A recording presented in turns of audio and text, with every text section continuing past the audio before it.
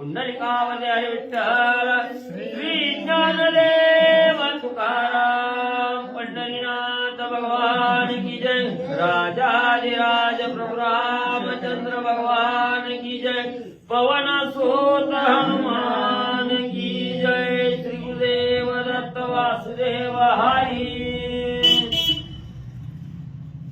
श्री गणेशाय नमः श्री प्रभु रामचंद्राय नमः श्रीराम म्हणे मामती तुझा ज्येष्ठ बंधू अगस्ती तयाची या दर्शनार्थी तुम्हा प्रती मी आलो. श्री गणेशाला वंदन करून प्रभू रामचंद्राचं स्मरण आणि सद्गुरूशी शरण जाऊन कथेचं अनुसंधाने असणारे राम लक्ष्मण सीता वनामध्ये गमन करत असताना महामती नावाचे ऋषी आहेत त्या ठिकाणी. अगस्ती ऋषीचे लहान भाऊ आहेत त्या ठिकाणी आणि या महामतीच्या आश्रमाच्या ठिकाणी आलेले आहेत आणि महामती ऋषीला त्या ठिकाणी बोलू लागलेले आहेत. ऋषीवर्या, तुमचा असणारा थोरला भाऊ म्हणजे त्या ठिकाणी अगस्ती ऋषी आहेत आणि त्यांचं दर्शन घ्यावं, त्यांची भेट घ्यावी ही आमची मनोकामना आहे त्या ठिकाणी.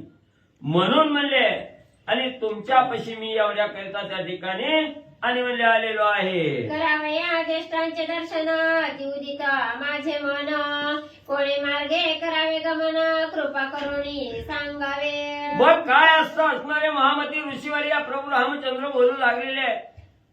थोरल्या मंडळीचा आशीर्वाद घेणं आणि थोरल्या असणाऱ्या मंडळीचा त्या ठिकाणी म्हणजे वंदन करणं, नमस्कार त्यांना त्या ठिकाणी करणं, दर्शन घेणं हे श्रेष्ठ आहे त्या ठिकाणी. म्हणून म्हणजे माझ्या मनाला इच्छा झाली अगस्ती ऋषीवर्याची भेट त्या ठिकाणी घ्यायची. म्हणून माझं मन उदित त्या ठिकाणी झालेलं आहे. कवा एकदा असणारी भेट घेईन एवढी मनाला आतुरता त्या ठिकाणी लागलेली आहे. म्हणून म्हणजे त्यांचा आश्रम कुठल्या दिशेला आहे, कुठल्या मार्गाने त्या ठिकाणी जावं लागतं ही इतंभूत माहिती मला त्या ठिकाणी सांगा. प्रभू रामचंद्र महामती ऋषीला बोलू लागले. जरी अगस्तीचे दर्शन करावया वांची तुझे मन तरी आजची करावे गमन विलंब व्यवधान न करावे. मग त्या ठिकाणी असणारे महामती वर्य त्या ठिकाणी बोलू लागले. प्रभू रामचंद्र, तुमच्या मनाला त्या ठिकाणी ओढ लागलेली आहे. ज्येष्ठ असणारे त्या ठिकाणी अगस्ती ऋषी आहेत आणि अगस्ती ऋषीचं दर्शन त्या ठिकाणी घ्यावं. म्हणून म्हणले आता इथं थोडा सुद्धा वेळ म्हणजे त्या ठिकाणी घालवू नका, उशीर त्या ठिकाणी करू नका. तर लवकरात लवकर म्हणजे तुमच्या मनाचं मनोरथ पूर्ण करण्यासाठी मी मार्ग त्या ठिकाणी सांगतो. तुम्ही इथं जास्त वेळ न घालता तत्परता म्हणजे त्या ठिकाणी करावी. जे मार्गी करिता गमन सर्वथान चुके आपण तैसे सांगे ना मार्ग चिन्ह सावधान अवधारा. मग मी जो असणाऱ्या अगस्ती ऋषीकडे जाण्याचा मार्ग आहे हा मार्ग कसा त्या ठिकाणी सांगेल. मी सांगितल्याप्रमाणे तुम्ही जर त्या मार्गाने त्या ठिकाणी गेला तर तुम्हाला कसलाच अडथळा त्या ठिकाणी येणार नाही. नवनव येसणारी वाट म्हणजे कवा त्या ठिकाणी तुमच्याकडून म्हणजे चुकणार नाही. एवढा सरळ मार्ग म्हणजे मी त्या ठिकाणी सांगतो. पण हे मार्ग चिन्ह त्या ठिकाणी अवधान देत असताना त्या ठिकाणी एकाग्र चित्त माझ्या असणाऱ्या कथेकडे त्या ठिकाणी ठेवा. प्रभू रामचंद्राला महामती ऋषी बोलू लागले. जे चालता निज पंथ सीता श्रीराम सुखी होत सौमित्राचे सुखावे चित्त तो पंथ संकेते अवधारा. मग मी जो मार्ग तुम्हाला त्या ठिकाणी सांगणार आहे त्या मार्गाने जात असताना त्या ठिकाणी प्रभू रामचंद्र तुमच्या बरोबर लक्ष्मण सीता आहे त्या ठिकाणी आणि या तुम्हा तिघाच्याही मनाला अतिशय आनंद त्या ठिकाणी वाटल, मनाला सुख समाधान त्या ठिकाणी वाटल अशा प्रकारचा मार्ग मी त्या ठिकाणी सांगणार आहे. त्याच्या खानाखोना त्या ठिकाणी सांगणार आहे. त्या खानाखोना लक्षात त्या ठिकाणी ठेवा आणि मी सांगितलेल्या योग्य मार्गाने त्या ठिकाणी तुम्ही गमन करा. महामती ऋषी आणि प्रभू रामचंद्रांना सांगू लागले. अवस्थाश्रमाती पावन शिवाजी देवी निर्मूल भुवन करिता ती अनुष्ठान नित्य श्रवण श्रीराम कथा. आणि माझे असणारे थोरले भाऊ अगस्ती ऋषी कशा आहेत त्या ठिकाणी अतिशय श्रेष्ठ आहे, ज्ञानवान आहे त्या ठिकाणी आणि त्यांना एकच ध्यास आहे त्या ठिकाणी भगवंताच्या दर्शनाची आस आणि कायम मनोमन त्या ठिकाणी आहे. म्हणून असणाऱ्या अगस्त्य ऋषींनी अनेक देवांची मंदिरं त्या ठिकाणी स्थापन केलेली आहे. असणाऱ्या शिवभवानीचं मंदिर त्या ठिकाणी स्थापन केलेलं आहे. आणि अशा असणारी त्या ठिकाणी म्हणजे देवाचा आवडता असणारे त्या ठिकाणी अगस्त्य ऋषी आहेत. आणि तिथं म्हणजे शिवभवानीचं मंदिर त्या ठिकाणी निर्माण केलेलं आहे. त्या मंदिरात अखंड अनुष्ठान म्हणजे असणारे अगस्त्य ऋषी त्या ठिकाणी करतात. आणि त्याच मंदिरामध्ये बसून नित्य असणाऱ्या प्रभू रामचंद्राची जी असणारी कथा रामायण आहे, हे रामायण नित्य पठण म्हणजे त्या ठिकाणी करत बसतात. देवांचे भूमी न लगती पाये अगस्त्याश्रमी तेही पाहे बैसवनिया देव समुदाय श्रवण होत आहे श्रीराम कथा. बघा नुसती शिवभवानीची असणारी त्या ठिकाणी रामकथा ऐकायला आहे का? नाही. स्वर्गाच्या ठिकाणचे अनेक सर्व देव त्या ठिकाणी येतात, पण त्या देवांचे पाय हे जमिनीला त्या ठिकाणी लागत नाही. जमिनीला पायाचा स्पर्श न करता अधांतरी असणारे देव त्या ठिकाणी बसतात ह्या अगस्त्य ऋषीच्या आश्रमाच्या ठिकाणी. आणि ही संपूर्ण असणारी रामकथा त्या अगस्त्य ऋषीच्या आश्रमामध्ये बसून आणि त्या ठिकाणी ऐकली जाते. सर्व देव आतून रामकथा ऐकण्यासाठी म्हणजे त्या ठिकाणी होतात. पावन श्रीरामायणी कथा श्री अगस्त्याती रसाळ वक्ता देव बैसवणी तत्वता श्रीराम कथा परिसती. मग असणारी ही प्रभू रामचंद्राची रामकथा आहे. या रामायणामध्ये सांगितलेली जी असणारी रामकथा आहे ही कशी आहे? त्या ठिकाणी प्रत्येक असणाऱ्या श्रोत्या वक्त्याला त्या ठिकाणी आणि पावन करणारी कथा आहे. त्या ठिकाणी कसल्याही प्रकारचं दुःख न देणारी, दुःखाचं निरसन करून सुख प्राप्त करून त्या साधकाला देणारी कथा आहे. आणि त्याच्यामध्ये ही असणारी कथा सांगण्यासाठी कोण आहे? अतिशय रसाळ मधुर वाणी असणारे अगस्त्य ऋषी त्या ठिकाणी आहेत. म्हणून म्हणजे त्या अगस्त्य ऋषीच्या मुखातून ही असणारी कथा ऐकण्यासाठी देव आतुर त्या ठिकाणी होतात. आणि या अगस्त्य ऋषीच्या आश्रमाच्या ठिकाणी रामकथा श्रवण करण्यासाठी चातकाप्रमाणे देव म्हणजे त्या ठिकाणी आणि बसलेले असतात. अगस्त्याश्रमी देवस्थाने उभविली आहे ती कोण कोणे तेही ऐका सावधाने मार्ग चिन्हे लक्षावया. मग अगस्त्य ऋषीच्या आश्रमाच्या ठिकाणी ही रामकथा ऐकण्यासाठी कोण कोण त्या ठिकाणी येतं? पुण्या देवाची मंदिरं असणाऱ्या अगस्त्य ऋषींनी निर्माण त्या ठिकाणी केलेले आहेत. त्यांचीही नावं त्या ठिकाणी सांगतो. तेही नावं असणार त्या ठिकाणी ऐकत असताना फक्त जाण्याचा जो मार्ग आहे, ह्या मार्गाची जी लक्षणं आहे ती लक्षणं ही ध्यानात त्या ठिकाणी ठेवा. महामती ऋषी आणि प्रभू रामचंद्रांना सांगू लागलेले आहे. मार्ग सुचिन्ह नित्य निर्विघ्न त्या मार्गाची ऐका खूण सौब्रह्मण्य ब्रह्मस्थान शिवस्थान शिवशक्ती. मग मी जो मार्ग त्या ठिकाणी सांगतो ती मार्ग त्या ठिकाणी असणारी मार्गामध्ये जी असणारी चिन्ह आहे त्या ठिकाणी ती चिन्ह त्या ठिकाणी ऐका. आणि त्या मार्गानं जर गेलं तर निर्विघ्न असणारं कार्य त्या ठिकाणी पार पडतं. जो मनामध्ये मनोदय धरून असणारा मार्ग क्रमण करू लागलेला आहे त्या मार्गामध्ये कसलेही अडथळे त्या ठिकाणी येणार नाही, कसलंही विघ्न त्या ठिकाणी येणार नाही असा मार्ग आहे. आणि त्याच मार्गामध्ये जे असणारे अगस्त्य ऋषी आहेत त्यांनी जी असणारी मंदिरं त्या ठिकाणी स्थापन केलेली आहेत तिथं असणारं म्हणजे 100 ब्राह्मणांचं असणारं ठिकाण आहे, ब्रह्मस्थान आहे. त्या ठिकाणी असणाऱ्या महादेवाचंही असणारं मंदिर आहे. तसंच असणाऱ्या महादेवाची पत्नी असणारी शक्ती असणारी त्या ठिकाणी पार्वती माता यांचंही मंदिर आणि त्या ठिकाणी म्हणले आहे. इंद्रचंद्र कुबेरस्थान अग्निस्थान भृगुस्थान यमस्थान धर्मस्थान नित्य सावधान श्रवणार्थी. मग तिथंच म्हणजे जे असणारी ही रामकथा श्रवण करण्यासाठी ऐकण्यासाठी जे देव त्या ठिकाणी आलेले आहेत आणि त्यांच्यासाठी जी मंदिरं बांधलेली आहेत ती इंद्र आहे, चंद्र आहे, कुबेर आहे, अग्निदेव आहे त्या ठिकाणी. आणि असणारं म्हणजे भृगु ऋषी सुद्धा त्या ठिकाणी येतात. तसंच म्हणजे असणाऱ्या यमाचं ठिकाणही त्या ठिकाणी म्हणजे आणि तयार त्या ठिकाणी केलेलं आहे. धर्म तिथं येतो आणि नित्य सगळे देव त्या ठिकाणी सावध म्हणजे असणारी रामकथा श्रवण करतात. धाता विधाता आपण रामायण सुख संपन्न वायू सांडवणे चंचलपण अति तल्लीन श्रवणार्थी. मग सर्व देवासहित असणारा ब्रह्मदेव सुद्धा त्या ठिकाणी येत आहेत आणि हे सुखाचं संपन्न सुख अतिशय सुख देणारं रामायण आहे त्या ठिकाणी. हे रामायण ऐकत असताना जो वायू आहे वारा आहे चंचल आहे अतिशय चंचल आहे. एका ठिकाणी वारा कवाही त्या ठिकाणी बसत नाही. पण ती रामकथा त्या ठिकाणी श्रवण करण्यासाठी आपला चंचलपणा त्या ठिकाणी नाहीसा करतो आणि रामकथेच्या पुढे असणारं स्थिर त्या ठिकाणी राहतो. असा असणारे वायू देवही त्या ठिकाणी म्हणले येतात. स्वामी कार्तिक शिवसुत तोही जेथे नित्य वसत ऋषीचा परमार्थ पुसत ऋषी सांगत स्वानंदे. मग असणारे महादेवाचे असणारा मुलगा त्या ठिकाणी कार्तिक स्वामी तेही म्हणजे अतिशय प्रेम भरे आवडीनं म्हणजे त्या ठिकाणी ही असणारी कथा ऐकण्यासाठी त्या ठिकाणी येतात.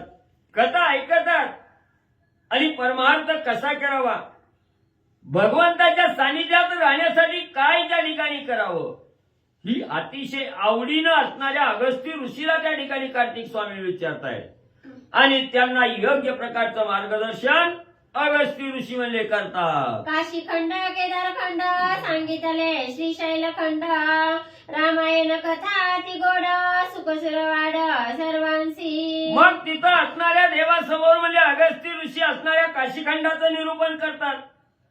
केदारखंडाचं निरूपण त्या ठिकाणी करतात. श्रीशैल नावाचा खंड आहे त्यांचंही असणारी कथा निरूपण त्या ठिकाणी अगस्त्य ऋषी म्हणजे देवांना त्या ठिकाणी करतात. पण अतिशय पावन असणारी कथा ही प्रभू रामचंद्राचं श्री भावार्थ रामायण आहे आणि या कथेवर सर्व आदर त्या ठिकाणी करतात. सर्व तन मन एकाग्र असणाऱ्या कथेवर चित्त त्या ठिकाणी करतात. म्हणून सर्व देवाला अतिशय आनंद आणि रामकथा कोण म्हणजे त्या ठिकाणी होतो. अनागत भाष्य रामायण ते कथेचे करावे श्रवण आश्रमी वसती देव ब्राह्मण रम्य रामायण परिसावया. मग हे वाल्मिकी ऋषींनी केलेलं अनागत भाष्य आहे. हे रामायण म्हणजे असणारे प्रभू रामचंद्र जन्माला यायच्या अगोदर असणाऱ्या वाल्मिकी ऋषींनी रचलेलं काव्य आहे हे या ठिकाणी. भविष्य काळामध्ये राम कसा वागणार आहे याचं चरित्र अगोदरच असणाऱ्या वाल्मिकी ऋषींनी त्या ठिकाणी लिहिलं आणि त्या रामायणाप्रमाणे त्या चरित्राप्रमाणे प्रभू रामचंद्राला त्या ठिकाणी वागावं लागतंय. म्हणून हे असणारा एवढं गोड असणारी कथा आहे भक्ताला पावन करणारी कथा आहे त्या ठिकाणी.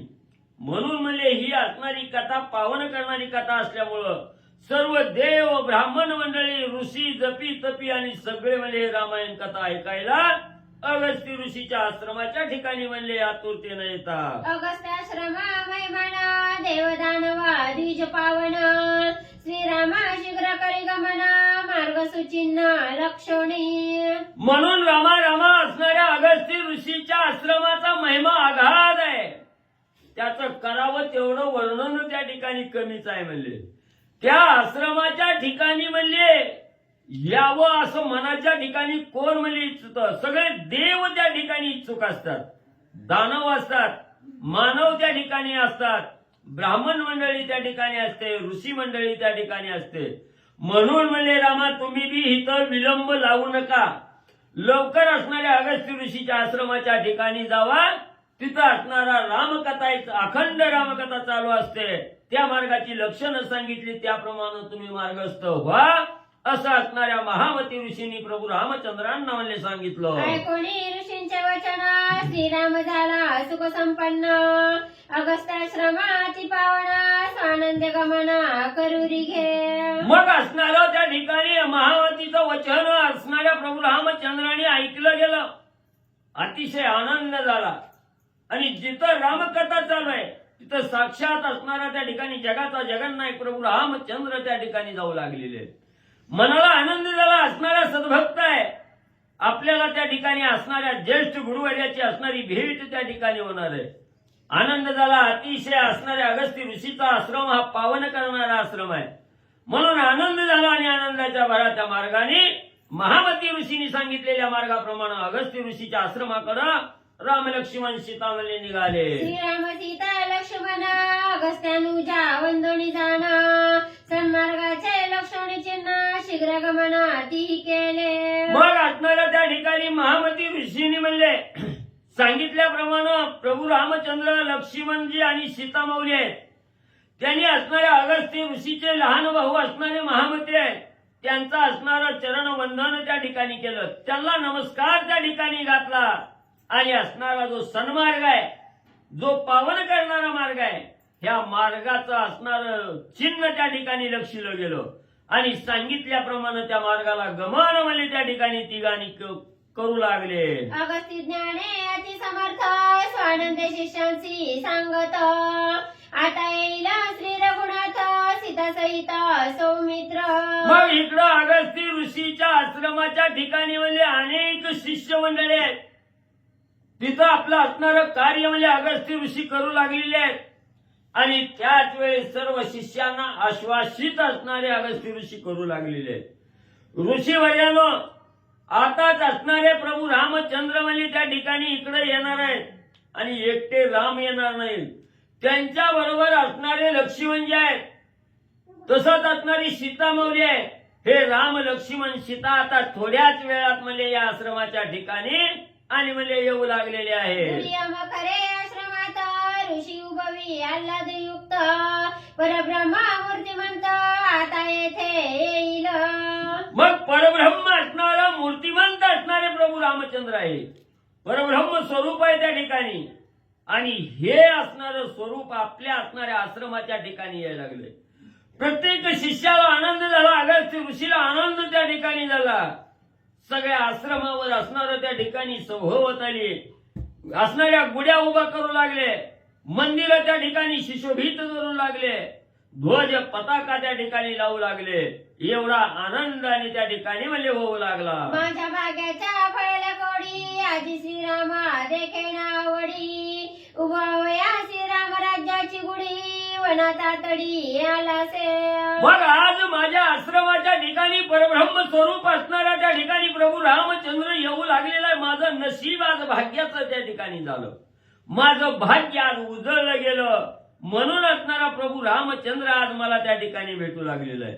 असणाऱ्या राम राज्याची गुढी उभा करण्यासाठी आणि प्रभू रामचंद्र या ठिकाणी येऊ लागलेले आहेत. कसं येऊ लागलेले आहे?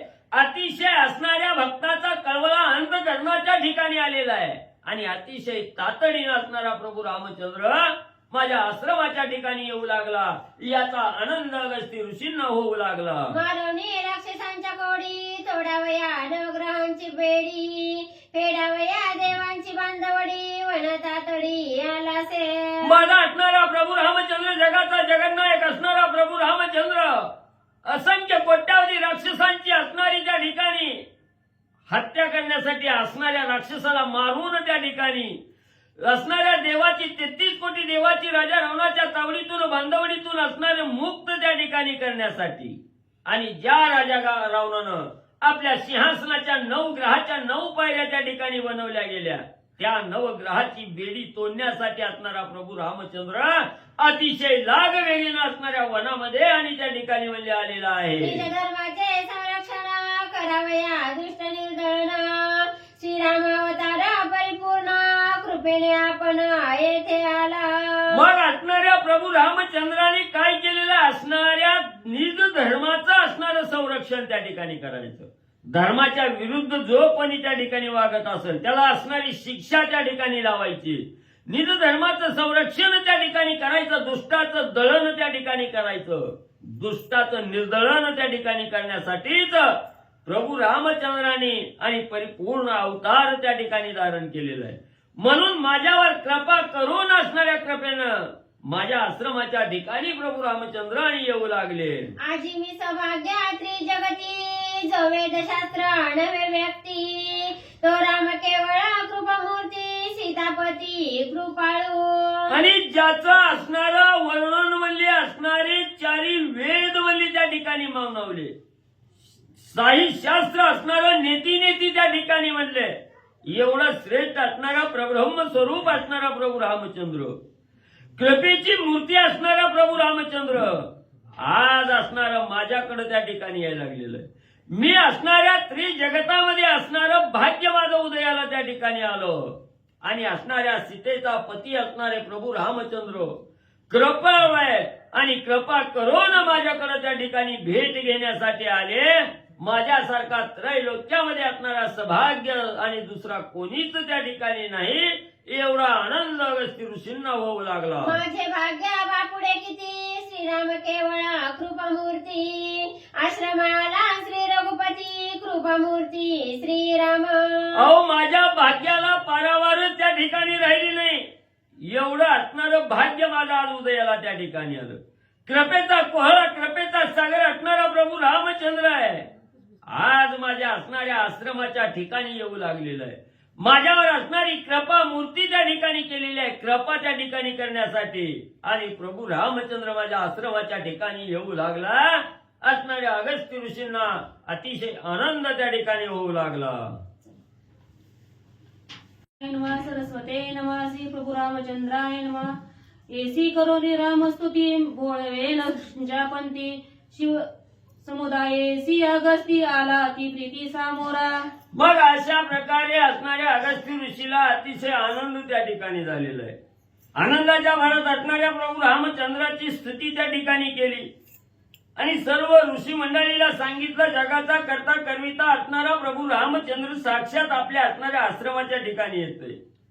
सर्व शिष्य समुदाय त्या ठिकाणी गोळा केला आणि सर्व राम येत आहेत हे कळल्याबरोबर हातातली कामं तिथल्या तिथंच त्या ठिकाणी सोडली आणि सगळी शिष्य मंडळी अगस्त्य ऋषीवर्याच्या आश्रमाच्या ठिकाणी वळली आली. येता देखून या ऋषी श्रीराम म्हणे लक्ष्मणासी, अगस्ती तपस्ते जोराशी येतो अम्माशी समोसा. मग सर्व शिष्य समुदाय बरोबर अगस्त्य ऋषीने घेतला आणि प्रभू रामचंद्र येऊ लागलेले आहेत. त्या मार्गाला आडवं त्या ठिकाणी गेले. राम भेटीची आतुरता एवढी लागलेली आहे की आश्रमाच्या ठिकाणी बसूच वाटणं गेलं. सारखं एकाग्र ध्यान असणाऱ्या प्रभू रामचंद्राच्या चरणाकडे त्या ठिकाणी लागलं. म्हणून असणारं राम ज्या दिशेने येत आहेत त्या दिशेला असणारा सर्व शिष्य समुदाय घेऊन असणारे ऋषी त्या ठिकाणी गेले. गेल्याबरोबर असणाऱ्या प्रभू रामचंद्राचं दर्शन झालं. ऋषींनी असणाऱ्या रामाला पाहिलं गेलं आणि असणारं त्याच वेळेस प्रभू रामचंद्रांनी समोर असणाऱ्या अगस्त्य ऋषीकडे नजर टाकली. ऋषी दिसले गेले. दिसल्याबरोबर असणाऱ्या प्रभू रामचंद्र लक्ष्मणजीला सांगू लागले, लक्ष्मणजी हे तपोतेजी असणारे त्या ठिकाणी तपामध्ये श्रेष्ठ असणारे त्या ठिकाणी जे ऋषी आहेत ते अगस्त्य ऋषी आणि समोर बघ म्हणजे येऊ लागले. समुद्र सोशिलाच म्हणी तो हा जाण अगस्ती मुनी, कृपाळू जैसा आम्हा लागून येतो धावोनी सामोरा. आणि ज्यानं म्हणजे एका आचमनामध्ये अख्खा समुद्र म्हणजे त्या ठिकाणी प्राशन केला. ज्यानं समुद्र त्या ठिकाणी एका आचमनात शोषला गेला तेच हे असणारे अगस्त्य ऋषी आहेत म्हणजे त्या ठिकाणी. आमच्यावर कृपा करणारे कृपाळू असणारे अगस्त्य ऋषी आहेत. म्हणून म्हणजे आपल्यावर कृपा करण्यासाठी बघ म्हणजे कसं आतुरतेनं म्हणजे धावत आपल्या समोर म्हणजे त्या ठिकाणी आणि येऊ लागले. ऐसे बोलोनी आपण श्रीरामे घातले लोटांगण, मस्तकी धरले गडचरण दिदले आलिंगन ऋषीने रामा. मग एवढं असणाऱ्या लक्ष्मणजीला सांगितलं गेलं आणि नंतर म्हणजे असणारे त्या ठिकाणी ऋषी आलेले आहे ते प्रभू रामचंद्रांनी पाहिलं गेलं. लगेच असणाऱ्या रामाने अगस्त्य ऋषीच्या चरणावर लोटांगण म्हणजे त्या ठिकाणी घातलं. जगाचा करता करविता असणारा प्रभू रामचंद्र आहे.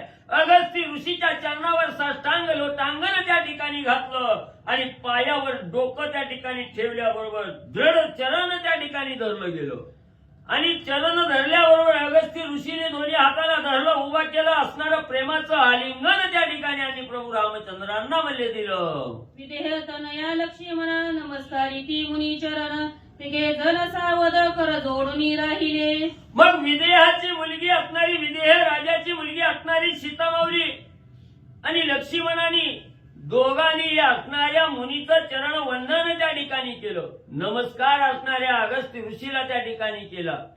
तिघ जण अतिशय सावध त्या ठिकाणी ठिकाणी झालेले आहेत आणि हात जोडून अगस्त्य ऋषीच्या समोर राम लक्ष्मण आणि सीता उभा राहिले.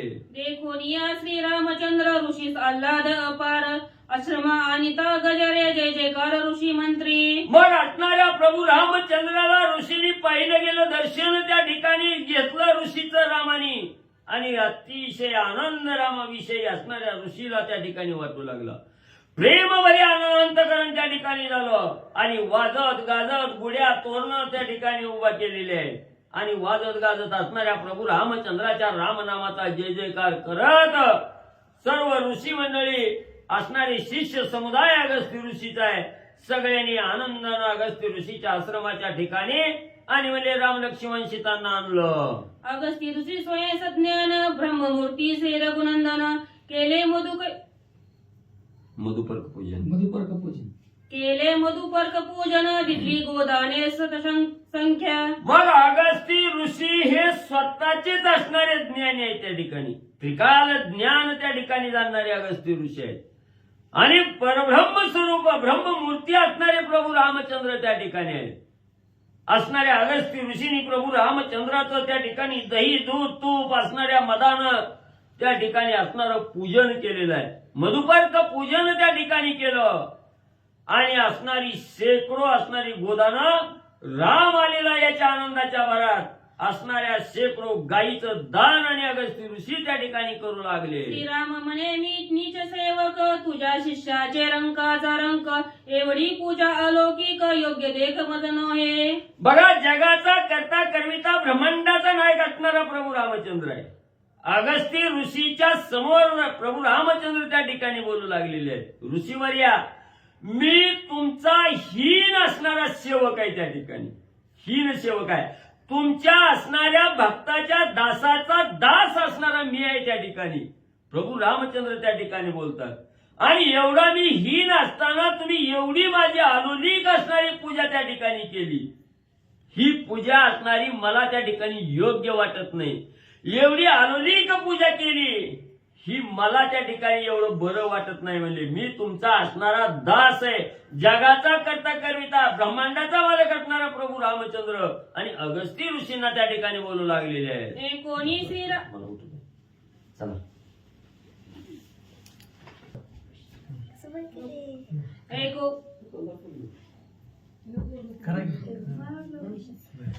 कोणी श्रीरामाचे वचन अगस्ती बोलले उल्हासोन श्री राघवा तुझे निज महिमान अगम्य जान वेदशास्त्र. ग्रंथकर्ते श्री संत एकनाथ महाराज या ठिकाणी सांगतायत, भगवान श्रीरामचंद्राचं बोलणं ऐकलं. काय बोलणं होतं? तुमच्या दासाचा दास करून ठेवा, आशीर्वाद द्यावा हाची मज. असं भगवान श्रीरामचंद्र बोलल्यानंतर ना अगस्त्य ऋषींना आल्हाद वाटला, आनंद वाटला आणि सांगितलं, तुझ्या नामाचा महिमा तुझं न कळे मेघश्यामा. भगवान परमात्मा तुमचं स्वरूप वेदशास्त्राला कळत नाही, एवढं तुमचा अथांग महिमान आहे. सांगतो ऐका. वेदशास्त्राच्या निज युक्ती त्या परतल्या नेती श्रीराम केवळ ब्रह्ममूर्ती निज जगती निज पूज्य. आणि तुमचं असणारा जी महिमान आहे वेदशास्त्राच्या युक्ती सुद्धा थांबल्या. वेदशास्त्रांचं डोकं सुद्धा तुमच्या स्वरूपाचं वर्णन करायला जमलं नाही. श्रुती आहेत, वेद पुराण आहेत, त्या सगळे जमले. तुम्ही ब्रह्माची मूर्ती आहे, पूर्ण परिपूर्ण ब्रह्म आहेत आणि पूर्ण त्रिजगताला तुम्ही पूजनीय आहेत, वंदनीय आहेत. तुमच्या पूजाच्या पलीकडं किंवा तुम्हाला सोडून दुसरं पूजा करणं एवढं श्रेष्ठ जगामध्ये प्रमाण नव्हे राम. तुमचं प्रमाण दुसऱ्याला देता येत नाही. प्रमाणाची उपमा देणे योग्यतेचे सुद्धा तुम्ही नाहीत, एवढं प्रमाणाच्या पलीकडचे तुम्ही आहेत. त्रिजगताला वंदनीय आहेत. महाराज बोलतात, जे का परब्रह्म अक्षर ते तू श्रीराम साचार भक्त कृपाळू होसी साकार भाग्य थोर अजी माझे. आणि परब्रह्माचं जे अक्षर आहे, अक्षर म्हणजे ज्याचा कधीच नाश होत नाही, अविनाश असतं, जे कधीच संपत नाही. अक्षर कधी संपत का? कधीच संपत नाही. अक्षर ही अविनाशी आहे. तशा पद्धतीने तुझं नाव, तुझं स्वरूप, तुमचा अवतार अविनाशी आहे आणि भक्तासाठी तुम्ही कृपाळू होतात. भक्तांना हाक मारली की लगेचच मग कुठेही कशी हाक मारू द्या, पाव कृपावंत श्रीरामा अशा पद्धतीने बोलवलं की लगेचच तुम्ही पावणारे असे असणारे तुम्ही महाराज भगवान परमात्मा माझ्या भाग्यानं समर्थ आहे म्हणून तुम्ही आलात. वरखड राजे ते भूपती श्रीराम राजा त्रिजगती तुझे निया भूते वाती क्षिती शशी सूर्य गती तुझे निया. आणि बाकीचे जे राजा आहेत त्या त्या देशामधले मर्यादित राजा आहेत. प्रत्येक राजा असेल तर तो आपापल्या एरियामधला राजा आहे. पण तुमचा जर विचार केला तर तू संपूर्ण ब्रह्मांडाचा नायक आहे. त्रैलोक्य राजा श्री रघुनाथ त्याचा पाहू नको अंत. भगवान परमात्मा त्रैलोक्याचे राजा आहे. रामापेक्षा श्रेष्ठ जगामध्ये कुणीच नाहीये. शशी सूर्याला सुद्धा गती तुमच्यामुळे आहे. तुमच्यामुळं या जमिनीला पृथ्वीला भूत जे आहेत प्राणी मात्र ते वागवावे लागतात. चंद्र सूर्याला गती तुमच्यामुळे आहे. म्या बोलविल्या वेद बोले, म्या चालविल्या सूर्य चाले, म्या हलविल्या प्राण हाले, जो जगात चालिता मी. असा असणारा भगवान परमात्मा त्रिभुवनावरती तुमची सत्ता आहे. महाराज बोलतात तुझी आज्ञा अति दुर्धर मर्यादा नुलंगी जसागर इंद्राधिक तुझे किंकर तुझे निभूभार शेष आहे. आणि तुमची आज्ञा आहे महाराज, भगवंताची आज्ञा आहे. भगवंताच्या आज्ञेशिवाय जगात काहीच होत नाही. तुझी या सत्य वेदासी बोलणे, सूर्यासी चालणे तुझी हे सत्ता. वृक्षाचे ही पान हालेजाची सत्ता, राहिली अहंता मग कोठे. किंवा आळंदीच्या मालकाचं म्हणणं आहे, पर्वती बैसकाने सांडावी, समुद्री रेखा नुलंडावी, पृथ्वी भूते व्हावी, हे आज्ञा माझी. ज्ञानेश्वर महाराज ज्ञानेश्वरीमध्ये सांगतायत ह्या जमिनीनं सगळ्या जीवांचा वध सहन करावं. पर्वतानं बसलेल्या जागेवर सोडायचं नाही. पर्वताने विचार केला मंदिरात जाऊन येऊ, रामाच्या संकल्पपूर्ती राम मंदिराकडे फेरफटका मारून येऊ. पर्वताने ठरवलं इथं आला पर्वत, आपण राहील का? म्हणून पर्वती बैसकानं सांडावी, पर्वतानं जागा सोडायची नाही. आणि ते असणाऱ्या समुद्रानं सुद्धा पाण्याच्या बाहेर यायचं नाही. किती उसळायची ती किनाऱ्याच्या आतमध्ये, बाहेर यायचं नाही. ही भगवंताची ऑर्डर आहे, आज्ञा आहे. आणि ती सगळ्याला प्रतिपालन करावी लागते. महाराज बोलतात काळ्या आज्ञा बंदी शिशी प्रयोळी करी बर्या देसी भूते भूतात्मा तू होसी पूज्य सर्वांशी श्रीरामा. काळ सुद्धा आज्ञा वंदन करतो महाराज. काळ काळा ते आकळीत, काळा ना कळे रघुनाथ. तो बैसला गिरी गुहेत, सिद्ध शुद्धार्थ नटनाट्य. काळ काळाला आकळणारा तो रामचंद्र आहे, पण काळाला सुद्धा न आकळणारा असा असणारा तो रामचंद्र आहे. काळ सुद्धा तुमची आज्ञा वंदन करतो. पृथ्वी तलावरती प्रलय होतो, तो प्रलय सुद्धा तुमचीच आज्ञेने होतो. भूतामध्ये भूतात्मा आहे, प्रत्येक जीवामध्ये आत्मा आहे, तो तुमच्याच सत्तेने वागतो. रामचंद्राला महाराज बोलतात अवतार झाले उत्तमोत्म त्या माझी तू आत्माराम तू तव केवळ परब्रह्म पूज्य परम परमार्थी. आणि किती अवतार झाले, अनेक अवतार झाले. ऐसे माझे अवतार किती, भोगिंद्रासही नेनवती, मेघधारा मोजवती, पर्यंत नाही अवतारा. हरिविजय मध्ये श्रीधर स्वामी सांगतायत माझे अवतार एवढे झाले, एखाद्या वेळेस आकाशातून पडणारा जे पाऊस आहे त्या पावसाचे थेंब मोजणं शक्य होईल, पण माझे अवतार मोजता येत नाही. एवढे अगणित अवतार माझे झालेले आहे. आणि त्या सगळ्या अवतारामध्ये तू आत्माराम आहे, श्रेष्ठ आहे, केवळ परब्रह्म स्वरूपाचे तुम्ही भगवंत आहेत. महाराज बोलतात एसी निज स्थिती तुझ पाशी ते तो तू धर्मव्रत चालविसी पितृज्ञा प्रतिपाळीसी निर्दळासी दुष्टांते. आणि अशा पद्धतीने तुमची स्थिती आहे तरी सुद्धा तुम्ही धर्मव्रत चालवता. म्हणजे जसं पृथ्वीवरती जीवजंतू चालतात किंवा मनुष्याच्या अवतारात म्हणून तुम्ही चालतात, नाहीतर तुम्हाला त्याची गरज नाही. म्हणजे तुम्ही तुमच्याकडे सगळी सत्ता आहे तरी सुद्धा तुम्ही धर्म मर्यादा संरक्षक आहे. धर्म मर्यादेचं संरक्षण करताय. काय धर्म मर्यादा आहे? ब्रह्मयाने सृष्टी निर्मिली जैसी आपण संरक्षावी तैसी, करी जाता अनारिसी शिष्टाचारासी मिळेना. युद्धकांडाचा 50वा अध्याय. जसं ब्रह्मदेवाने निर्माण केलंय जग त्याच पद्धतीने आपण चालायचंय. आपण वेगळं करता येत नाही. वेगळं करायला येतं भगवंताला, पण तशी मर्यादा घालून दिली आहे. त्या मर्यादामध्ये तुम्ही वागता, सगळे नियम पार पाडतात. अगस्ती महाराज बोलतात, माता पिता गुरु देवता त्याहुनी पूज्य तू श्री रघुनाथा ब्रह्मादी देवाही वरता परम पूज्य श्रीरामा. आणि आई वडिलांपेक्षा श्रेष्ठ भगवान परमात्मा आहे. कारण आपल्याला जन्म देणारी जरी आई वडील असले तरी सुद्धा त्यांच्या पोटाला जन्म देणं ही भगवंताच्या हातामध्ये आहे महाराज. त्याच्याच हातामध्ये याला उद्या पुढचा जन्म माणसाला द्यायचा का नाही, रामायणाला येईल का नाही, रोजच्या रोज स्फूर्ती वाचेल का नाही, भगवंताच्या हातात आहे महाराज. आणि उद्धार करण्याचं साधन म्हणजेच मनुष्य जन्म आहे. त्याच्यामुळं तूच माता, तुम्ही माता पिता तुम्ही सगळं सर्वस्व तुम्हीच आहेत. आणि आमच्या असणाऱ्या भाग्यानं तुम्ही या आश्रमाला आले. तर अगस्ती महाराज बोलतात, चारी देव तुझ वर्णिती शास्त्रे चरणा शरण येती शिवविधीची पाया लागती पूज्य परमार्थी श्रीरामा. आणि 4 वेद आहेत, 6 शास्त्र आहेत, 4 वेदी जाणं, 6 शास्त्री कारण, 18 पुराण, हरिसी गाती. अशा पद्धतीने तुम्ही आहेत. सर्वांना तुम्ही पूजनीय आहेत. सगळे शास्त्र तुमच्या पायावरती लोटांगण घालतायत. महादेव ब्रह्मदेव सुद्धा त्या ठिकाणी तुम्हाला नमस्कार करतात. एवढे वंदनीय श्रेष्ठत्व तुमच्याकडे आहे. अगस्ती महाराज सांगतात, तुझ द्यावा जो जो मान तो तो तुझ लागी होय न्यून तुझे अगाध महिमान मान तुझ नाही. आणि अगस्ती महाराजांनी सांगितलं, भगवंता तुम्हाला जेवढा मान देईल तेवढा कमी आहे. जेवढा तुमचा सत्कार करल, जेवढा तुमचा आदर करल, जेवढा मान सन्मान करल, सगळा कमी आहे. काय करावं? मान सन्मानाच्या पलीकडचे तुम्ही आहे. अशा पद्धतीने तुमचं आघाद महिमान आहे. तुमच्या महिमानाचं वर्णनच करायला येत नाही. महाराज बोलतात, श्रीरामा तुझे निज महिमान वनिता वेदा पडिले मौन तो तू आलासी कृपा करून आजी मी धन्य स्वाश्रमी.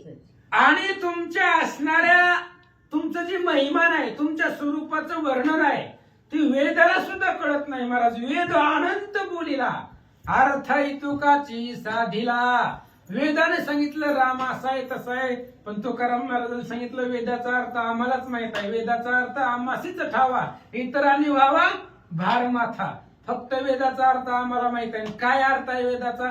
फक्त श्रीराम जय जय राम एवढाच वेदाचा अर्थ आहे महाराज. पुढे तुकाराम महाराज सांगतायत, विठोबाशी शरण जावे निज निष्ठे नाम गावे. हा वेदाचा अर्थ आहे. त्यामुळे वेदानं थकले वेद तरी सुद्धा तुमच्या स्वरूपाचा अंत लागला नाही. पण माझं भाग्य श्रेष्ठ आहे, तुम्ही आज आमच्या आश्रमाला आला. महाराज बोलतात, काही एक तुझी पूजा मी करून रघुनाथा ते अंगीकारी अदोक्षदा राक्षस समाज वरदाती. आणि त्यावेळेस भगवान श्रीरामचंद्रांना अगस्ती महाराज सांगतायत, वदार्थ राक्षस समाज वदार्थी असं आहे. अगस्ती महाराज बोलतात, तुकडे करायचे त्याचे. अगस्ती रेष असते कुठं तुकडा करायचा ती बारीक वर बघा त्या ज्या अक्षर लिहिले आता ते वद आरती लिहिले का त्याच्या वर बघा कुठं तुम्हाला थांबायचं तिथं रेष ती वरची रेष वडलेली असते का? वरची रेष वडलेली का त्याच्यावर आपण लिहितो अक्षरांवर रेष मारतो त्यात ते रेष काटलेले बघा वदा आहे का? जिथं रेष काटली तिथं ती शब्द थांबवायचा. हळू हळू म्हणजे आवाज हळू नाही काढायचा.